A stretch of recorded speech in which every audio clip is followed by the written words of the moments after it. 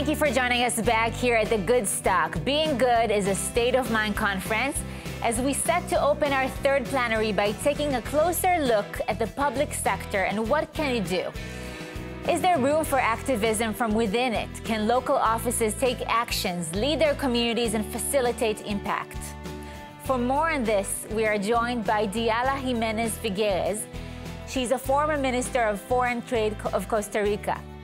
Jokate Urban Mugello, the District Commissioner from Kisarawa District, Pwani Region, Tanzania. And here in the studio, Omer Ungar, Head of Social Services and Welfare Division, Ashdod Municipality in Israel. Hi, good evening, or good morning, depends where you are. I think this is our most international panel we have today with guests from 3 continents. That means we probably have 3 different sets of challenges and 3 different stories. So before we begin, let's hear from all 3 of you about your background, work, and daily challenges. Let's start with you, Omer. I'm honored to be here and to present my city. Thank you so much for being here. Thank you very much. I'm honored to be here and representing my city, the city of Ashdod. The city of Ashdod is the 5th largest city in Israel, which is known by immigration absorbing and multicultural from 99 countries or regions. That means great food. It's mean a lot. It's mean being in a special city. It's mean that, sorry, I'm not exacting. It's mean our experience is not only do the talking and talking about doing good, is how to act. Right. Exactly. It's a call for action. Being good is a state of mind. It's not only a slogan. It's a call for action. And we do believe that it's starting in education. And you do that in Ashdod. You educate to do good. Absolutely. We are not teaching the kids to do good. We educate the kids. From an early age, we are educated kids. We give them a personal example of how to do things, to be sensitive to the elderly, to be sensitive to the disabled, to be aware to the environment. All of those things is actions. It's not only on the paper. Jokate, I really hope I say your name right. Excuse me if I messed up. Yes, you did perfectly. Oh, Thank you. I'm so happy. Thank you. So we would love to hear from you. Well, I got appointed to office as district commissioner almost 2 years ago. It was on the 28th of July. And from then, I've serviced as a public servant, servicing this position. And to be honest, I've been very fortunate to be in a district and in a region that is pretty much challenged in various sectors, such as education. We have challenges with economic empowerment, but this has offered tremendous room for government to intervene in various ways. And being young means I came with a youthful approach to really integrate and intervene in all these challenges by arousing a sense of responsibility in the communities. Because communities, it's very easy for communities to feel like government, there's no connection between the community and the government. So for me, today's topic on doing good and advocacy, it speaks so close to heart because that has been my agenda. Advocating for communities to be more responsive to the various challenges that we face, knowing that at a local government, we have the authority and the autonomy. And we really need to be able to be more proactive on how we face these challenges and approach them to enabling our societies to progress. And for the past 2 years since I've been in office, we've managed to mobilize tremendous amount of resources at a community level. And for example, we've managed to build our first girls-only boarding school, which has been a great milestone for me in my leadership and for the community that I govern, because education is still a struggle, and being able to mobilize the community to see value in educating a girl, in joining hands with government to see how well we could improve infrastructure in our education sector, I find it so fulfilling. And I've seen how families have responded to that. I've seen how leaders at the grassroots have responded to that, and they've been pretty receptive. And I feel like the way forward for government, especially government at local level, is not really to isolate themselves from the communities. Mm-hmm. And even our president has really advocated for government leaders to go to the grassroots, involve people, tell people of what mm-hmm. needs to be done, and make them engaged in what needs to be done. Mm-hmm. Thank you. And Diala, you worked very hard to get Costa Rica into the OECD. Could you tell us a bit about that journey? Because I know it wasn't easy.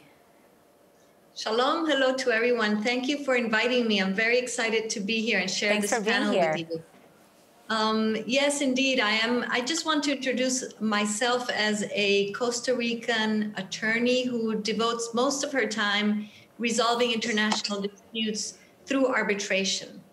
However, I do love government and public policies. Mm-hmm. So sometimes I take pauses in the career of international arbitration that I developed in Washington, D.C., in Paris, and in Santiago, Chile.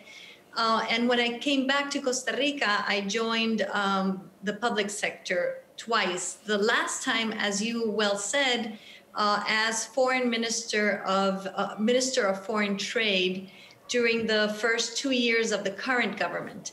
And one of my responsibilities indeed was to coordinate the country's efforts to getting ourselves into the OECD. Why was it so important?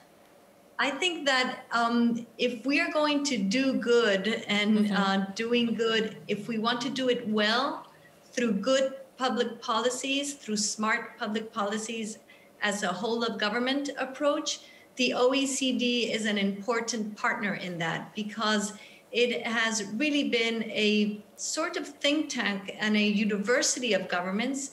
And that's what I would like to talk about later on in this panel, how I think, or what I think are key aspects to doing good, but doing it well as well. Mm-hmm. Thank you. I want to ask you all, how do you make this happen in every community? Because I know for a fact that some people specifically move to a different city or neighborhood in order to be more involved in the community, or to go away from the community. How do you make people want to interact and help each other, Omer? I think it's the missions of all of us. It's the mission of the municipality, it's the missions of schools, and the mission of the civil society.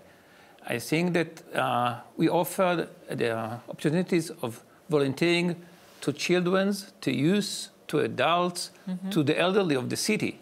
Each one of the people finding his own route, finding his own acting of how to volunteer. It's not only one thing, or only one option.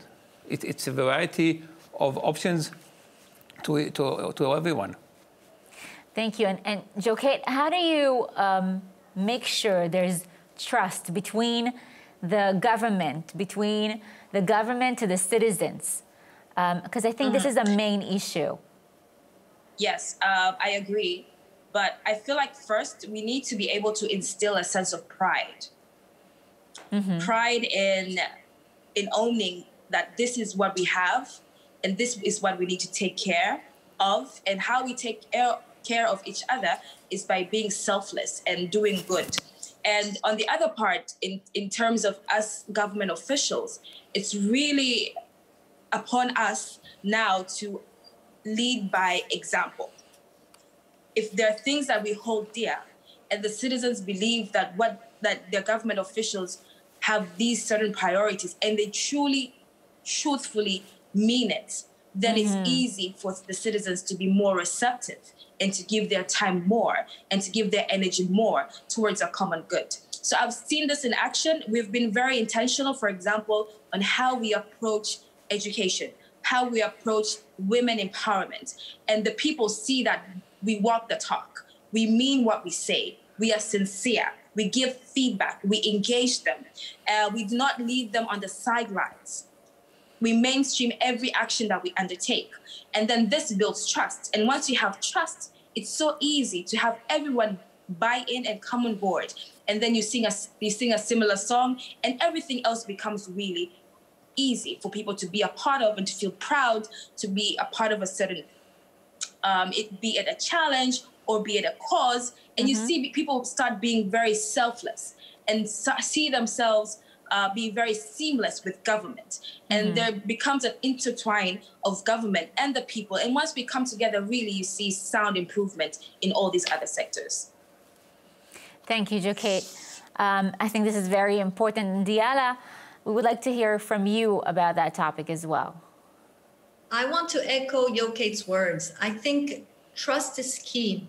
But I also think we have a huge challenge, whether we are a local government or a national government, to really connect all people, the majority of people, to the main flow of opportunities and to do it sustainably. That is a challenge, to do it beyond even our own experience. So I brought with me to share with you 7 key aspects that I think will make us do good in a smart and good way. And I want to very briefly, if I may, just say, number 1, use data. That is one of the good things about the OECD. First, you have to know what you are talking about. What are the problems by using data and not only perception. You mean where the good is needed. Exactly. Where is the good needed? What are the problems and how big or small are they? Because sometimes we think things are bigger or smaller than they are. Right. Number 2, and Jokate said this is very important. Identify the stakeholders and involve them. Make sure everyone is feeling that it's their project as well. Number 3, often you don't need to start anew. You can use what you already have. There are many initiatives that maybe if one connects them, you can have already a head start. And that also helps to involve others who have been trying to make something of what you're already doing. Number 4, have a communications plan. This is important to build trust and also to know that you have to be accountable. Number 5, set goals and deadlines for short, middle, and long terms. Number 6, appoint a coordinator or coordinators for accountability. And finally, I think Jokate also said that follow up. You need to follow up and make sure you're doing it. So this is what I wanted to bring to the table and to the panel today. Thank you. This is so interesting. And Omer, how do you empower citizens in Ashdod to participate in doing good? We do it in many ways. We work with people from all around the city. We have ultra-Orthodox. We have immigrants from former Russia. We had courses for volunteers. We're training them, as my colleagues said before. And I do know that during time of COVID, I think in all over the world, I know in Ashdod specifically because I have friends and family there, I do know that, like I think everywhere in the world, in the beginning of this plague, in the beginning of last year, I think we all, we sang in the porches, we clapped our hands for the medical staff, and we were so, I think, we wanted to be a part of a community, staying at home in quarantine. We left cakes on families' doorsteps if they had to quarantine. But at the same time, at some point, this changed. How do you make people feel that feeling of community when now, thankfully in Israel, we can pretty much go back into our regular lives? First of all, in the Jewish Gemara, there's a sentence that said, all Israel arevim ze leze, which means all Israel is responsible for one each other. I think that the meaning of that is that we all the sons of the daughters of God. It's not that I'm responsible to responsible to myself, responsible to my family, to the society, but we're all responsible for everything. And sometimes it's just doing good to one people, to take care to the old people next to you, to prepare some kind of a cake, as he said to him, okay? We have a communal clowns in Ashdod that come into the elderly houses, okay, because they're alone and they cannot meet their families. I have plenty of examples, but make it simple. Sometimes, you know, you have to make it simple, not to be, to make things simple, to find what the elderly, what the disabled person needs, and to fulfill this need. Thank you, Abba. Diala, is it the government's mission to make sure that people do good, to help them and promote good? Or maybe the government should be taking care of other more technical issues? I think the moral fiber of a society has to run through both public and private sectors, through the civil society, through all of us. I think governments too need to be empathetic, and you need to also show through formal education, through culture, through public policies across the board, even taxation. We in government need to show and lead by example with public policies, but also personal example to everyone so that they follow the course, and so they really gain credibility. If government is so detached and disconnected from people's needs and is only worried about the technicalities, I think it creates eventually a gap between government and the people. And I think that is not part of what a democracy, at least, is about. You have this so-called social contract, and it needs to have a moral fiber as well, an ethical, if you will, obligation in that sense. And it doesn't mean to be morality or lectures. It just needs to be even organic. I think that if good people come in governments, we have better governments. Oh, that's a very, not only a fair point, a very good point, I have to say. Unfortunately, that's not always the case, but we definitely need good people, I think, in every government, everywhere in the world. Joket, I want to ask you, in what ways and initiatives can we bring together various sectors to economically empower women, youth, and those marginalized? Sorry, I couldn't hear you. Could you ask the question again? Yes, of course. I wanted to ask you, in what ways and initiatives can we bring together various sectors to economically empower women, youth, and those marginalized? Oh, yes. For example, with what we currently do, we at a local level through own source. Own source is these are funds that are collected at a district council's level, and we have a policy where 10% of our collections needs to go back to the communities, needs to go back to empowering women, youth, and citizens with disabilities.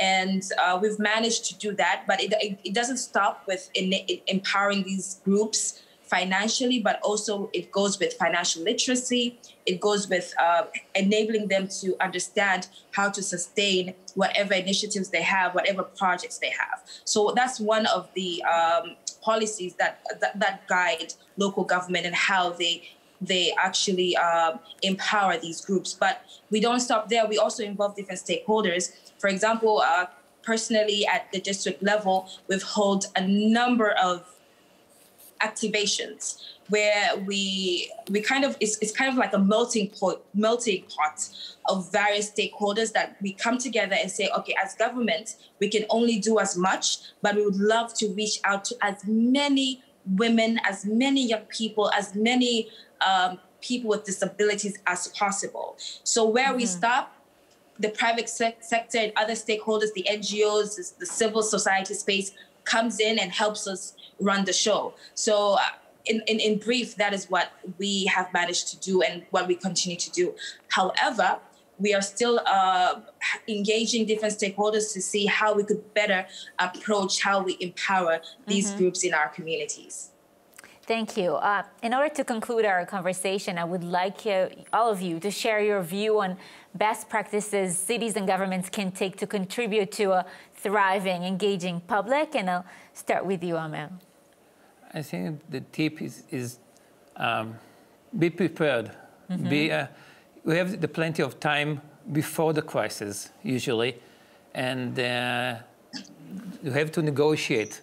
The government, the municipality, the people of the city of Ashdod, the people of each one of the cities, each one of the countries, have to make a policy of how to help people, how to be involved in advance. And in a time of crisis like the COVID-19 year, we are ready to act. Mm-hmm. And I know that you celebrate the Good Deeds Day every year in Ashdod, in your city. Tell us about it. How do you do it? Oh, in Ashdod, we have more than 100 events in the Good Deed Day. It's spread all around the city. Hundreds, thousands of people are involved in that, in doing sport, people with disabilities and teenagers, reading books together to blind people and other people. It's, again, a variety of so many things, and you're all invited to Ashdod to be part of that. Which one did you like the most, if I may ask?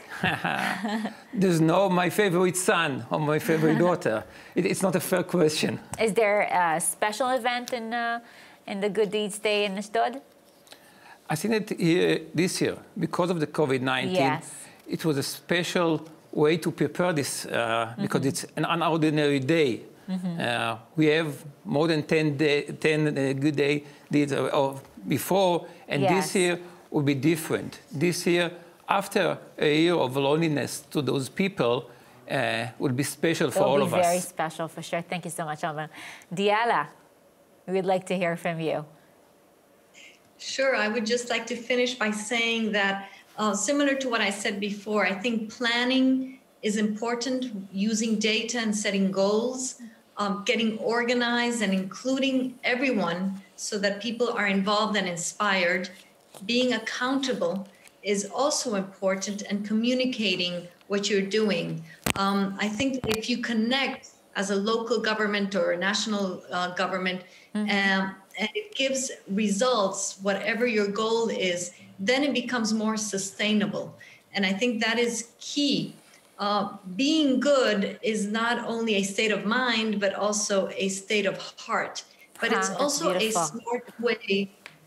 It's also a smart way to set yourself goals and make public policy to achieve, for example, the Sustainable Development Goals or any other goal that you're achieving, be it local or national level. Thank you so much. And Kate. I would just love to add that on top of what everyone else has said, it's very important, for example, for government to recognize, celebrate, and create incentives for citizens who do good, to encourage good to be done. I'll give a tiny example. I have a woman who has a safe house for girls who have been abused or who've gone like teenage pregnancy and need to go, for example, testify in court. So she has a safe house, which acts like a safe haven for these young girls to feel safe when they're going through all this. But also she houses kids whose parents passed away or kids whose mother and father have, neglected them. So once with her, what we've managed to do is build her a house, because she really housed these people in a very poor housing condition. So if you're able to uplift people who are already doing good in our communities, then it really resonates to everybody else and say like, wow, this person did something good and was actually celebrated or actually acknowledged by government. What good can I do for my community? So I feel like as government, it's so important to recognize, celebrate, and give incentives to those who are doing good in the communities. That is absolutely wonderful. And it makes me very happy to hear that we have leaders like you. Thank you, Omer. Thank you, Diala. And Joke, thank you so much. Thank you. Thank you. Thank you so much. They say a chain is as strong as its weakest link. And next we will discuss how to keep the chain intact even when challenges and hurdles arise. I would like to welcome 4 extraordinary women to discuss the importance of networks when trying to create positive change in the world. How can we reach and mobilize people? And how an organization inspire good? Joining me are Asha Kumen, CEO of Giving Tuesday, a global generosity movement aiming to unleash the power of people and organizations to transform their communities and the world. Nicole Cirillo, Executive Director and an International Association for Volunteer Effort, which promotes, strengthens, and celebrates volunteering in all the myriad ways it happens throughout the world.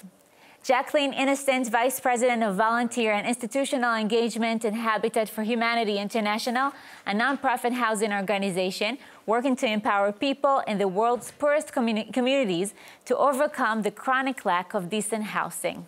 And Natalie Pequin, CEO of Points of Light, an international nonprofit dedicating to engaging more people and resources in solving social problems through voluntary service. So exciting to have you here, ladies. Thank you. Hi, all of you.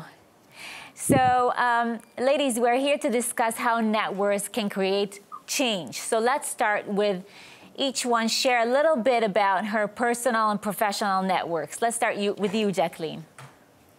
Thank you. Well, that's a great question because it's very much tied to why I'm at Habitat. I'm a child of parents who immigrated from Barbados, a small island developing state, from poor families to the US and pulled themselves up with the focus on two key things, housing and education.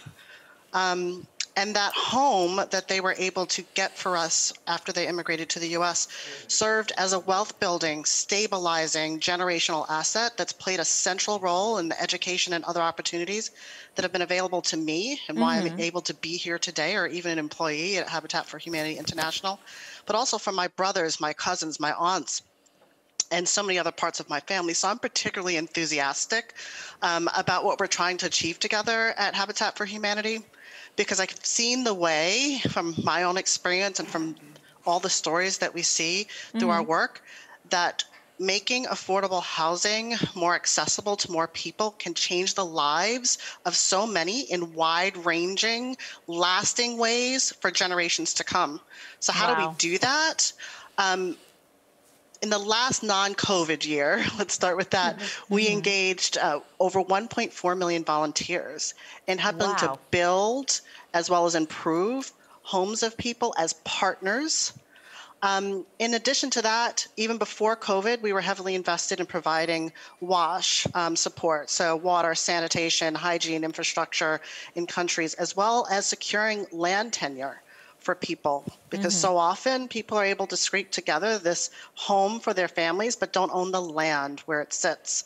And of course, large-scale market-based interventions and investing in future-forward changes for housing.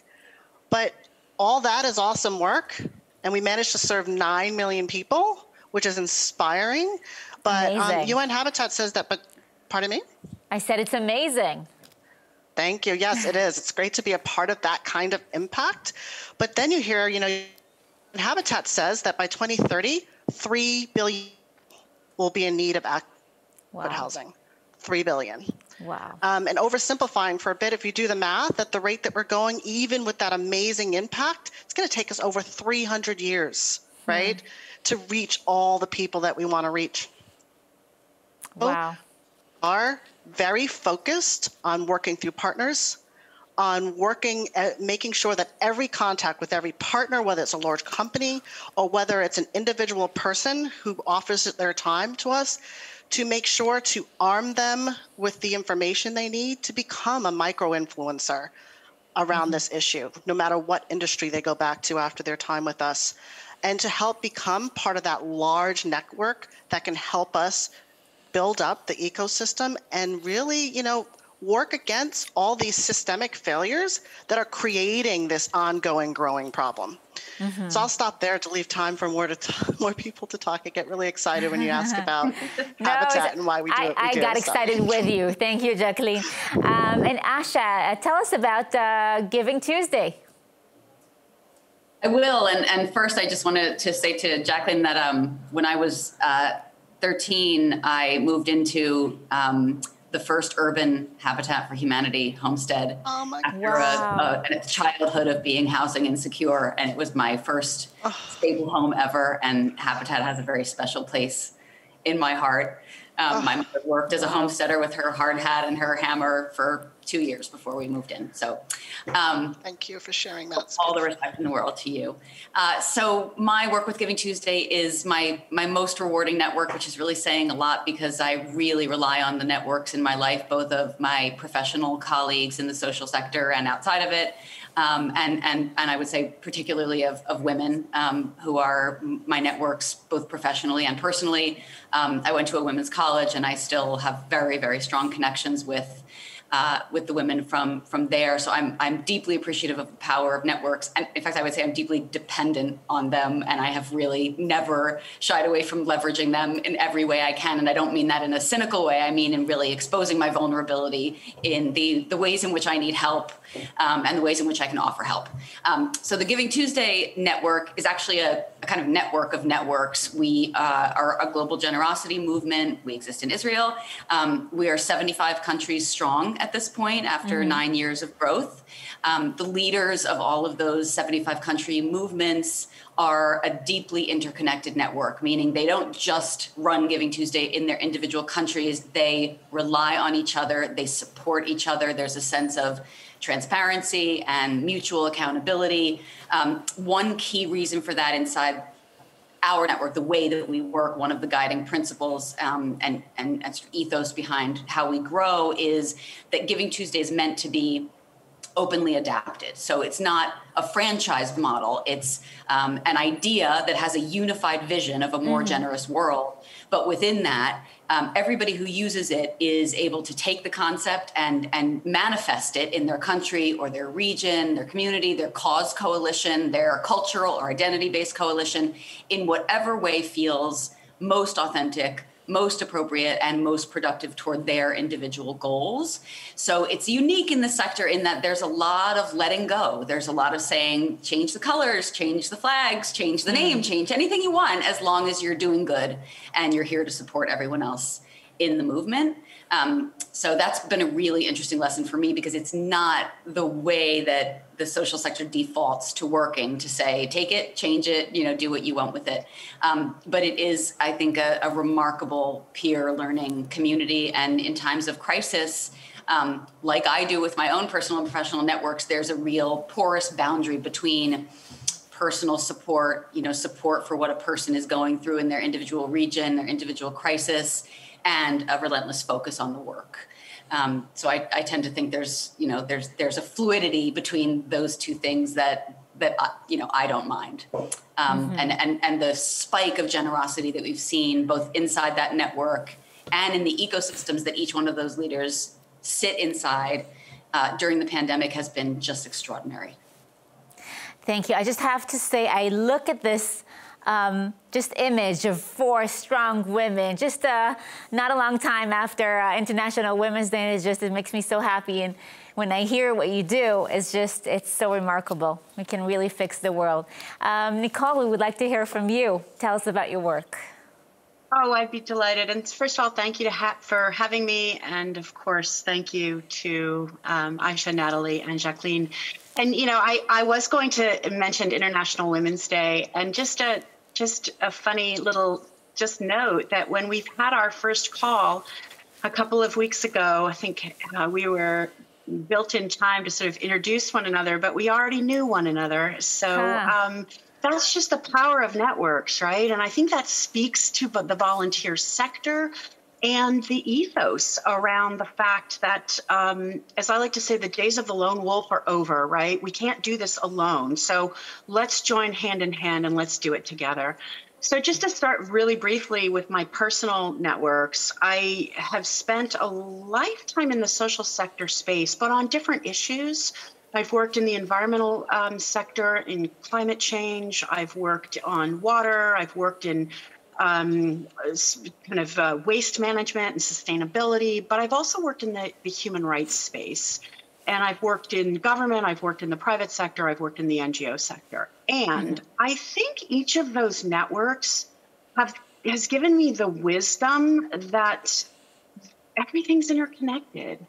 And that the synergies between those, and that when you talk about climate change, you're talking about human rights. When you talk about equity, and when you talk about sort of how you teach women and girls to read, you're talking about climate change or water. Mm-hmm. So we really are talking about a lot of things that are we sometimes put in silos, but really are quite divergent. And that perspective has really been strengthened in me through my work and through the networks that I work in and have been privileged to work in. So I'm really glad we're talking about networks and starting networks, because Ayave, my organization, is really all about networks. And let me just briefly tell you about two. We like to think that volunteering is best done when there is this supportive structure that surrounds people who are working as volunteers, that we have more people doing it, and they're doing it more effectively when they're supported by these structures. Mm-hmm. And so that's why that's one of our key pillars of work, creating this, not only the convening space to meet in person, hopefully, fingers crossed, one day, but also virtually, these really special places where people can learn, share, and grow. And we have two such networks. We have a global corporate volunteering network that's made up of, just as its name might connote, global corporations for whom volunteering is really not just a tick box exercise, but a way in which they make themselves better, a way in which they live their values, that through engaging their volunteers in this fashion. And the other network is the Global Network for Volunteer Leaders. And that's organizations in country who are really involved in supporting and building the capacity of the myriad of volunteering organizations in their region. So really that they can grow the capacity of these local organizations, the local shelters, the local soup kitchens, so that they're really building the capacity at the national level. So we really focus on that, but we also focus, I think, on using those networks to change the narrative of volunteering. And that is something that is really important to me today as we face this pandemic and as we're looking at the second phase of the pandemic in terms of vaccine rollout, is this notion that volunteering is often taken for granted, right? And that it's great because that means it's an integral part of people's lives, right? But it also means that it's sometimes undervalued and delegitimized. And so if we can really use our networks, and we do, to create and substantiate this global network and this global narrative of volunteering, as one of our board members likes to say, volunteers are the core of last mile delivery. And so if we can really change the narrative so that we're seeing volunteers as that and inseparable from achieving some of these goals, then we've done really good work. Right. Thank you. Natalie, please tell us about Points of Light. Well, thank you all for joining us. And it really is a privilege to share the panel with my colleagues. Personally, I will say that I am new to the sector and new to the space. I actually come from a family of people who just worked in the community. We didn't call ourselves volunteers.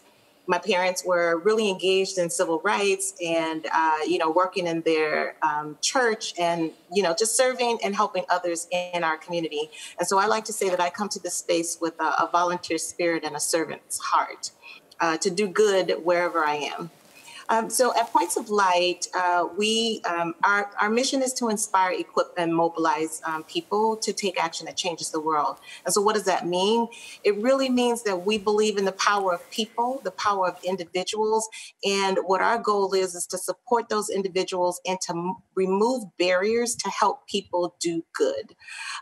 Our network consists of 177 nonprofits or NGOs. We have an affiliate in Israel, Good Deeds Day. Mm-hmm. And we are in 38 countries around the world. Collectively with our corporate partners and with our NGOs, we help activate and support over 5 million volunteers a year who are really contributing over 16 million hours of service in their community. And so I'll pause there. Thank you, Natalie. Asha, I want to go back to you. Tell us, how has your network sought to create mass global change, and in what ways do you do so? Yeah, so our network, as I said, sort of exists to further their own goals in terms of inspiring generosity in their own countries or communities for multiple reasons. Sometimes it's to increase donations or awareness of the work that NGOs do. Sometimes it's to engage young people in philanthropic thinking from a very young age. Sometimes it's to increase civic engagement, and sometimes it's just to increase empathy and human connection. So all of those good things that generosity leads to are sort of the end goals of the Giving Tuesday work. But at the same time, they form a global innovation lab, and they not only do their thing, but when they do something well, they want others to replicate it. In fact, they want others to have greater success than they did, to build on the work, to make the idea better, then to feed it back into the network ecosystem so that others can also use it. And when you have a network like that, what you see is the potential for rapid adoption of new best practices in a much quicker time frame than has ever been possible before. And you see also an unearthing of old assumptions, old conventional wisdom that we may have been relying on for years and years that just is not relevant anymore. And the new learnings and innovations that actually are relevant can be adopted by more people. In May, we decided to do a special COVID edition Giving Tuesday. We've never done that before, not for any particular issue or disaster or anything like that. But this experience felt so universal in a unique way to anything that we had ever experienced. And since we always say Giving Tuesday is about shared humanity, most fundamentally, COVID, I think, also gave everybody a real sense of just how how shared our humanity really is. So just true. How interconnected we all are. So true. And so we were able to stand up a global day of giving on May 5th with about 4.5 weeks work. And the reason that was possible in any other context would have meant that somebody spent millions of dollars on a marketing campaign to get people to do things. But in our context, it meant a very low resource mobilization of an existing network, because that existing network was already so connected and motivated. Thank you. We're having difficulties with hearing you, Asha. We'll try to get back to you. I want to go back to you, Natalie. What has been the biggest learning for you and your organization after almost a year of COVID-19 pandemic and world events? Sure. I think the biggest learning has been that the human spirit will not be denied. Asha and I had a conversation just yesterday about generosity and the fact that it's accessible to everyone, and that people want to do good all over the world. And then the other biggest learning, I would say personally and professionally, I've seen through my work is love showing up as a verb, really in action, and to give everyone else space to respond to some of the questions. We have so much talent here. I'll pause there. Thank you. And Jacqueline, same questions for you. What has been the biggest learning for you and your organization in this crazy year, I must say? Right, especially. There's been a lot of learning. I think a lot of it ties to what Natalie just said. We are a large organization working in 70 countries with over 1,300 organizations under our overall Habitat for Humanity International umbrella. And we want to solve this problem. But it turns out, as we saw, especially with COVID and the major disruption in the way we normally do our work, that so many of the solutions, so much of the innovation already exists in the individuals, in small partnerships, in towns and communities that we're trying to serve. And so it really served as a reminder for us to focus on our roots and how we started, which was very much community-based, and to not come to the space with the assumption that we have the answer, but to come to communities with the assumption that they have the answer. And maybe all we need to do is support, lend a hand, lend resources, and to make sure not to just show up. Because the level of innovation that community members brought to us or showed or asked for help around during the time that we were all trying to pivot was just, I was awestruck. So I think that's one of the big learnings. That's very interesting. The truth is, we're running out of time, although I feel I can have a whole conference only with the four of you because it's so interesting. But I do want to hear some last remarks, maybe a message to our viewers. And let's start with you, Nicole.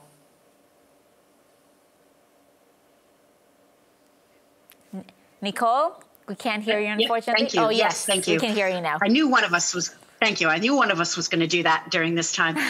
Okay, a message. I think like your vision, I would say, to our viewers are.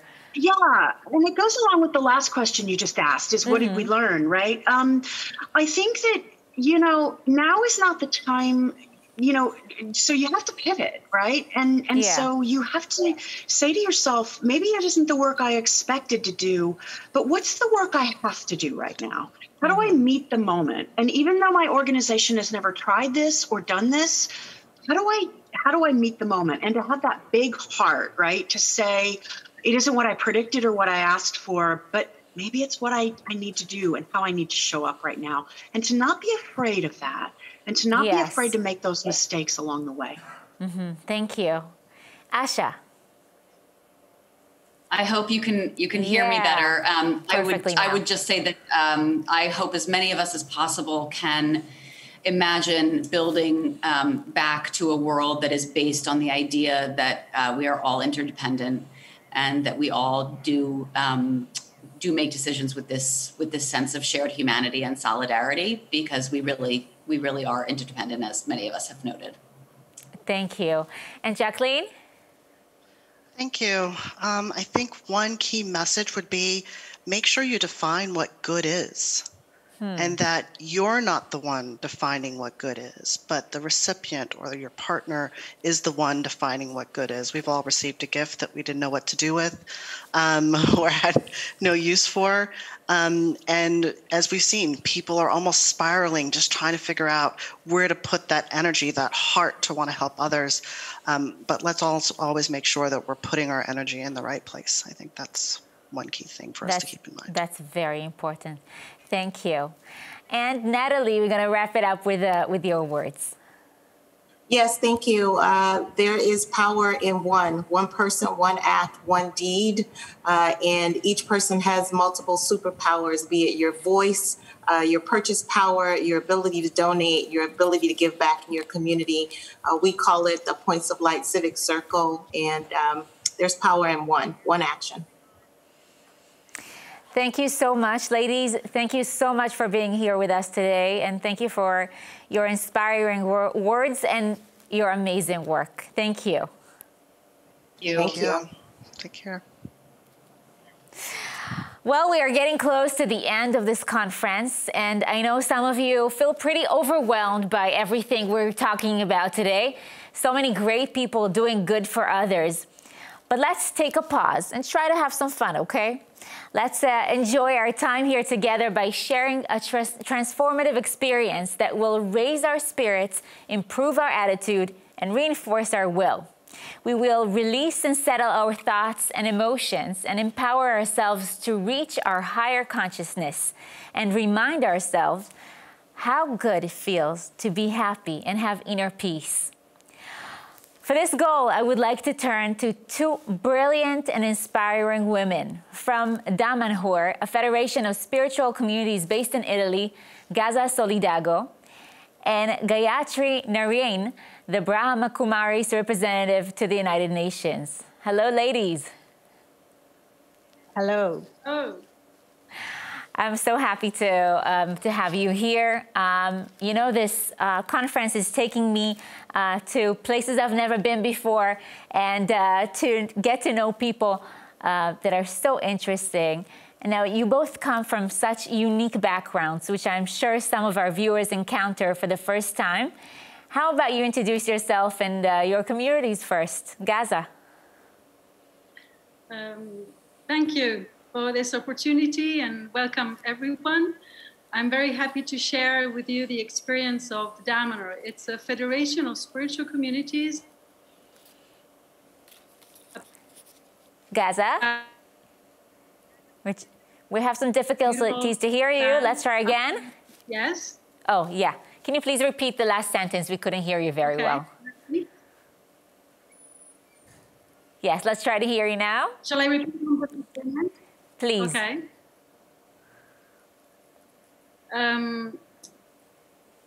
Damanhur is a federation of spiritual communities situated in the north of Italy. It's a reality now from 46 years. It was born in the end of the 70s. Yeah. And we became known because of the construction of an underground temple. Yeah, we see the pictures. It's beautiful. The pictures in the back. We literally excavated the rock, and the dream is create a space dedicated to humankind that can celebrate light, the knowledge, the beauty that is inside of every one of us. In the beginning, Damanhur was known also for our communication with the plant world, also for our research on health and wellness. And the temples that you see the pictures of, that we literally excavated ourselves in these years, extends in the forest outdoors, and the trees are like the hair of the underground temple, the antennas of this energy. Beautiful. And it expands through spirals and labyrinths, very colorful, that extend for kilometers in the sacred woods, where we can connect with the ecosystem that is around us, with the plants, the spirits of nature, the stars, and all the beautiful reality that is a part of us. Gaza, this place is so beautiful. Wow, I'm amazed. Thank you. I can't wait to come visit after COVID, hopefully soon. We hope so too. Gayatri, let's hear from you. Okay, thank you. And I'll start a little bit with who I am. I can make myself present in the room with you. So my name is Gayatri Narayan, and I'm a student and a senior teacher of the Brahma Kumaris World Spiritual University. We study something that's called Raj Yoga. And as a student of Raj Yoga, I am on a journey of lifelong learning. And this lifelong learning takes me into the spiritual principles of life and how to integrate these spiritual principles of life into the way I live, into the way I serve, into the way I work, and also into my relationships. Mm-hmm. What is fascinating about my life's journey in Raj Yoga, into the spiritual domain of Raj Yoga, is that it calls on me to look at life's trajectory from awareness to action, and within the trajectory to also pay attention to attitudes and to visions. The Brahma Kumaris is one of the organizations that is headquartered in India and is predominantly have a women leadership. And so this leadership of women was something quite new and novel in the 1936, when we didn't even have the women liberation movement at that time. And so this idea of women being at the helm of spiritual leadership was something quite novel at that time in 1936. I entered the Brahma Kumaris family in 1975. And then in 1978, I moved to New York from my country in Guyana, which is in South America. And I facilitated the accreditation of the Brahma Kumaris to the United Nations. And why it was so intriguing for me that the UN would say yes to an organization that was purely spiritual and also administered by women was because of the reason they accepted us. And that was one, they were looking for organizations from the third world countries. And two, they were looking for organizations that were in which women played leadership roles. So I see that one of the beautiful things about being a spiritual person or a person representing spirituality in its foundation in a highly political and a highly legal organization such as the UN to be quite challenging. But what it also does, it brings out a noble purpose. For me, it identified within me a noble purpose. And that purpose was connected to one simple sentence within the preamble of the UN Charter, and that is to reaffirm the dignity and worth of the human person. That's what the Brahma Kumaris stand for, and that's what their work is centered around, to reaffirm something that reaffirm means you already have it. So you're reaffirming it within the individual, and everything, our present focus is on the Sustainable Development Goals. And that is set within this premise that the Sustainable Development Goals is not just systemic, but it is also connected to the innate dignity of the human person. And that is what it is meant to uphold, and that is what it is meant to reveal to the world, that our greatest resource actually is the human spirit. And finally, about the work that I do is that I am involved in something that is called the Call of the Time Dialogues. And I think this is one of the most beautiful things I think I've ever done for myself and being with people. And that is to explore what we call experiments in silence. And the experiments in silence is really looking at the transformational domain of human beings and our world, that if we don't go back to becoming contemplative people, and we don't go back to practices that take us into that silence within, we may never discover the method of transformation.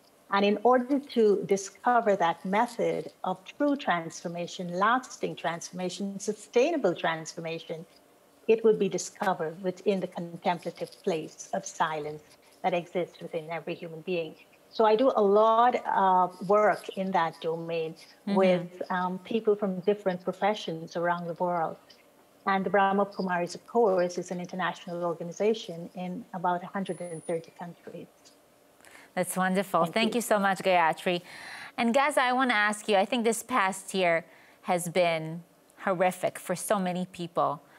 And I listened to your voice before, and it was so calm. And you seem to be so centered. How do you focus on the good? I think it's easier when you have so much beautiful things around you, but there's beauty everywhere, I guess. There is beauty everywhere, indeed. And well, first of all, a positive attitude and optimism is in the first articles of our Constitution.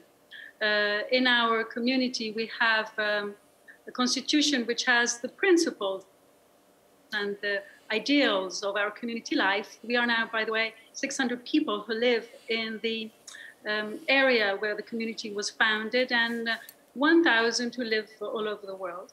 And positive thinking is the foundation, we can say, the approach, because with our thought, we generate, we create. And this is certainly a very important point of departure. And as Gayatri was saying, living the moment is a quality that is not easy nowadays, as you were commenting, in our time, especially of today. But I think there is a key we can find in the way we live the moment, which is in our experience, and this is what I would like to share, what we've been experiencing with in these years every day. Living the moment has a secret, which is letting go of the past. The past has been generous, full of gifts, but it hasn't gifted us with happiness for all of humanity. The happiness that we all long for, that we all research in our heart, is there inside of us.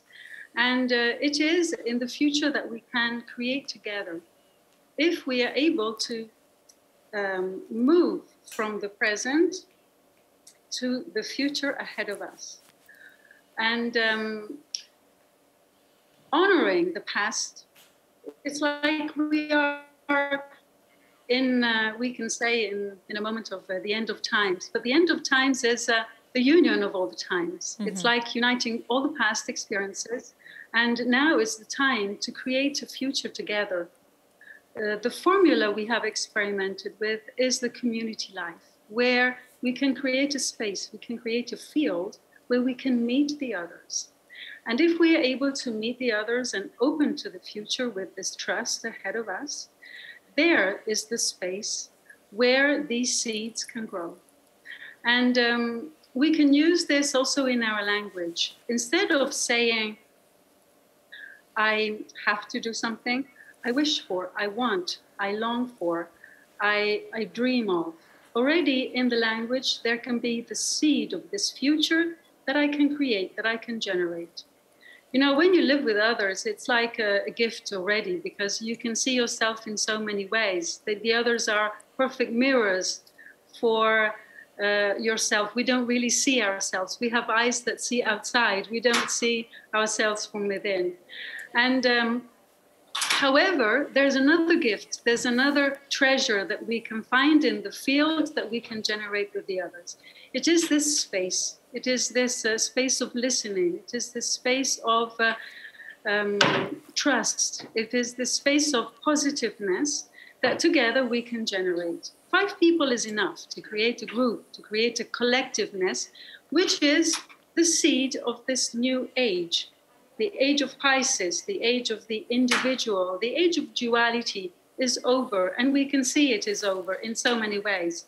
And we now have entered the age of Aquarius, which is the age of the we. It is the age of the collective. It is the age where together we can create the new that is ahead of us. The new is already in the intuitions that we can have. It is already in the sea, in the soil, in the land that is there in front of us.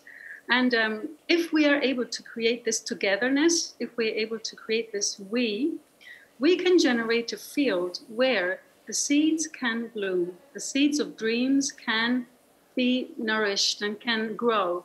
And everyone's dreams are so important. Every person is important. Every person is unique. And in this, the age of Pisces brings the gifts of the individuality. Everyone is so precious. None of us is the same as the others, even if we may resemble someone else. But everyone is so precious because we are unique. But this uniqueness put together with the others, put together in the field, can generate a space where the future can be the future that we long for. Mm-hmm. And also, if we live in the past, if we live in the duty, I have to, also in our language, this brings the anxiety, at least for me it does, the stress, the performance. Whereas if I project myself in the future with trust, with openness, there is all the new to be discovered, and to be discovered together with the others who can listen, who can offer an ear. I can listen to myself. I don't even need to hear a feedback that arrives. I can breathe in this field that we are co-creating and really transform ourselves and open ourselves to our true nature. In the past, there is what we already know, what we already have experienced. And if we are in the space of duty of the past, we don't open to all the new that is there waiting for us to be expressed. Gaza, you know, your words are healing. I felt like I have this transformative thing happening right now in my head, although I'm still stuck with the language. I'm trying to tell myself, I want to do laundry. I long for doing laundry, but it doesn't work yet. I'm gonna work on that. Maybe I'll call for your help.